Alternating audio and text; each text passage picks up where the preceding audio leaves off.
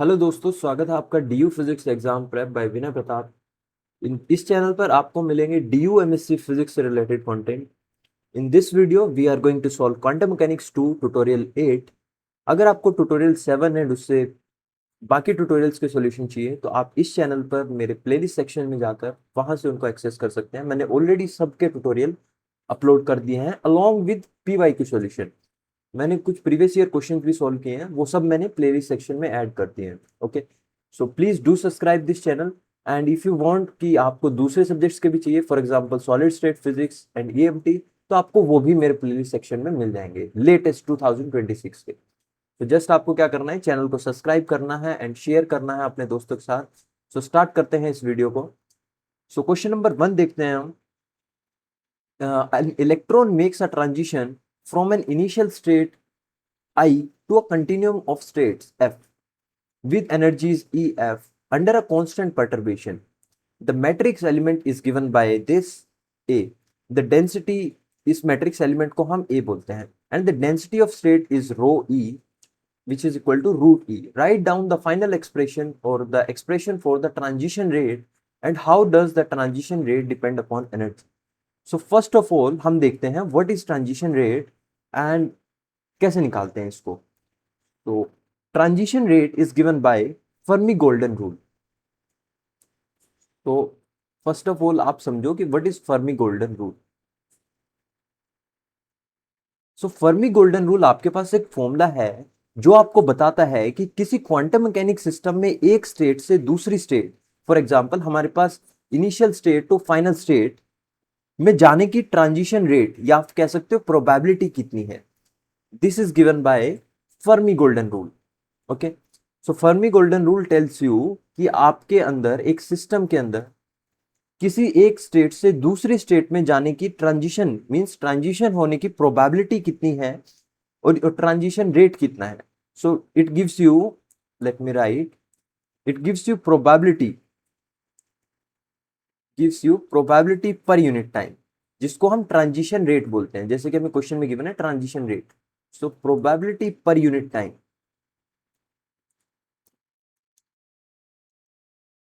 or you can write transition rate. So this is given by Fermi golden rule. And Fermi golden rule mathematically क्या कहता है कि आपका जो transition rate है, दैट इज ट्रांजिशन रेट हम किससे डिनोट करेंगे, W से। तो let's write transition rate,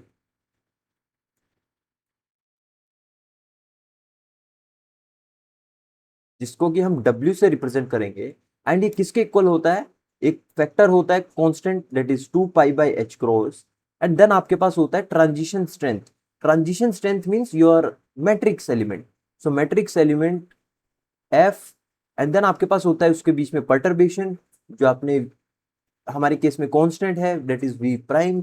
and then आपके पास होता है इनिशियल स्टेट, इस मैट्रिक्स एलिमेंट का मोड स्क्वायर। एंड देन आपके पास होता है number of available states, and number of available state is given by rho of EF, where EF represents the final state energy, energy of that level. Okay, यहां पर मैं एक बार बता देता हूं आपको कि this element, this matrix elements represents the transition strength, कि आपकी जो ट्रांजिशन है initial state to final state, उसकी स्ट्रेंथ कितनी है। It represents transition strength and this element represents the available final states.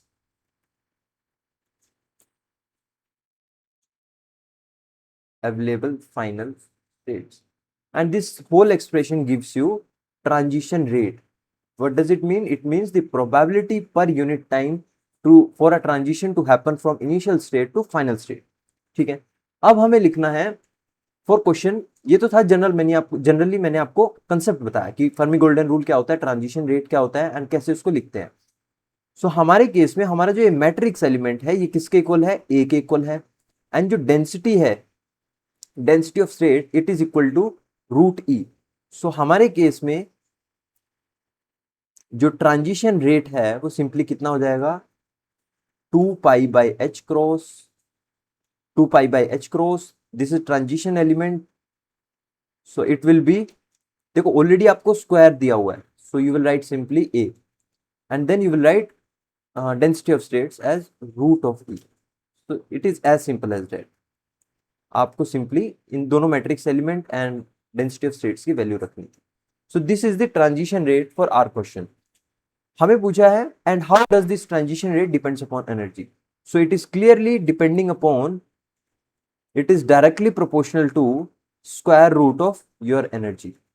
ठीक है, तो ये आपको बताना था कि ट्रांजिशन रेट कितना है एंड ये कैसे प्रोपोर्शनल है इसके. फाइन, समझ आया आपको. एक चीज ध्यान रखना कि हमारा जो फर्मी गोल्डन रूल है वो तब अप्लाई होता है जब हमारे पास जो परटर्बेशन होता है वो वीक होता है. मैं यहीं पर लिख देता हूं, applicable only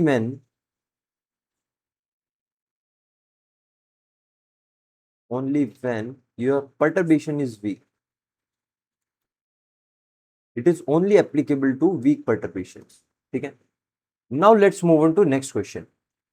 So consider a particle of mass m in a potential ux such that this potential is less than 0 everywhere and vanishes for as x tends to plus minus infinity. मतलब आपकी infinity पर आपका जो potential है वो zero हो जाता है. Let the wave function psi 0 is a power 1 by 2 pi power 1 by 4 exponential minus a square x square by 2 be the ground state wave function with energy E0 less than 0. So हमें question में given है कि हमारी जो energy है वो less than 0 है.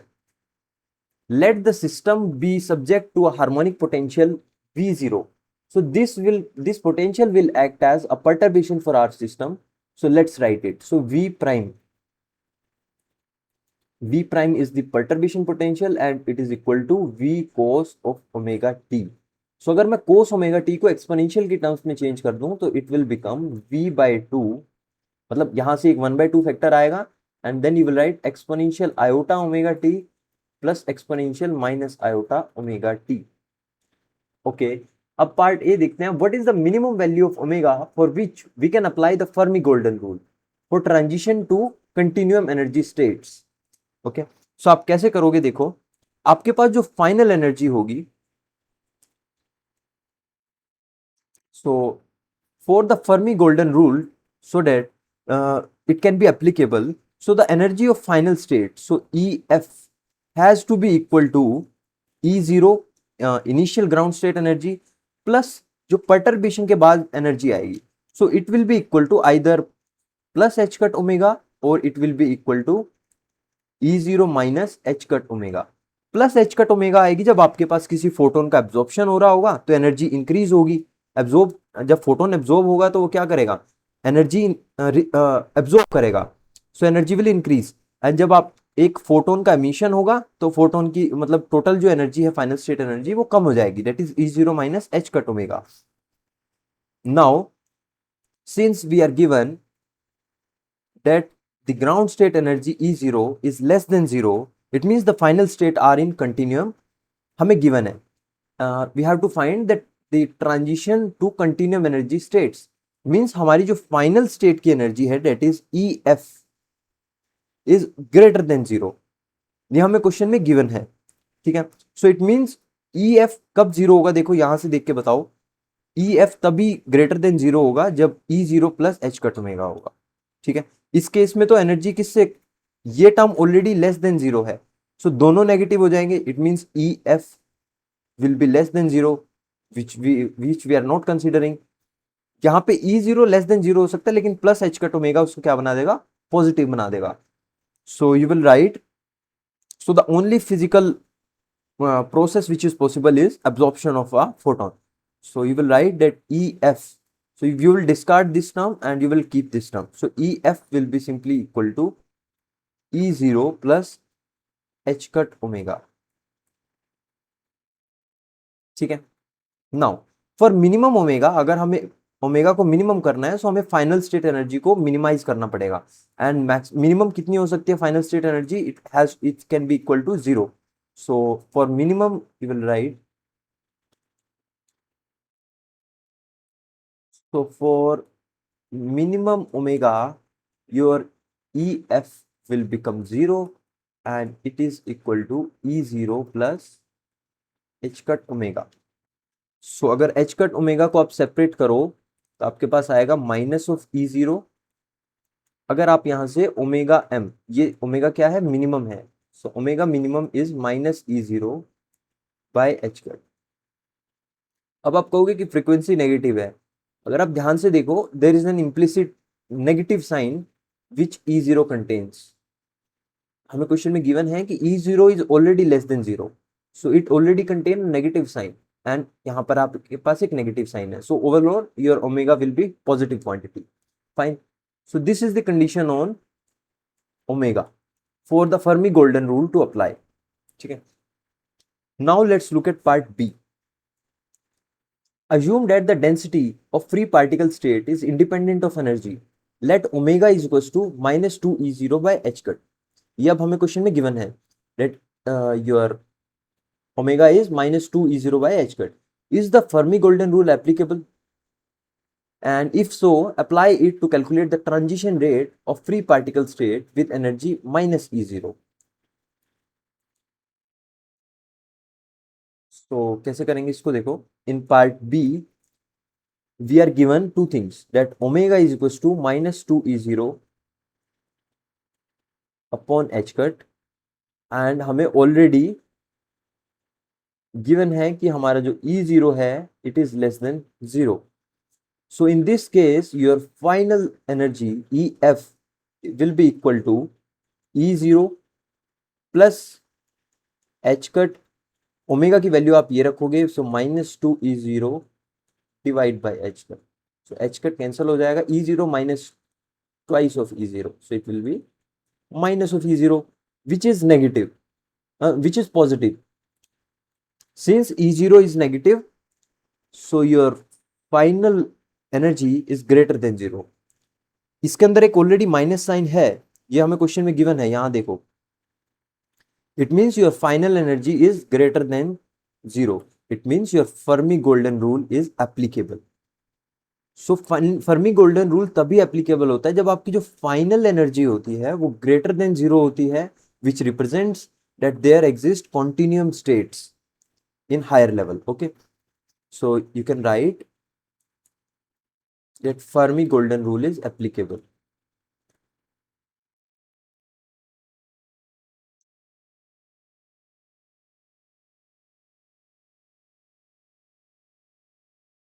Okay, so you can add one more point here, जहां पे हमने फर्मी गोल्डन रूल लिखा था, that the final energy should be greater than 0. This is the second condition and this is the first condition. Okay, now we have to write the transition rate. So transition rate हम कैसे लिखेंगे देखो, again transition rate हम किस चीज से represent करेंगे, W से. उसका फॉर्मूला क्या होता है, 2 pi by h cut and then आपके पास जो मैट्रिक्स एलिमेंट होता है F. अब हमारा जो परटर्बेशन है देखो, हमें ये है परटर्बेशन, इस क्वांटिटी का मोड लेना है एंड स्क्वायर करना है. तो जो एक्सपोनेंशियल टर्म्स हैं इनका तो हमेशा मोड क्या मिलेगा, आपको 1 मिलेगा. ठीक है, सो mode of exponential iota of theta, any general term which looks like this, इसका जो मोड स्क्वायर लोगे आप वो हमेशा किसके इक्वल होगा, 1 के इक्वल होगा.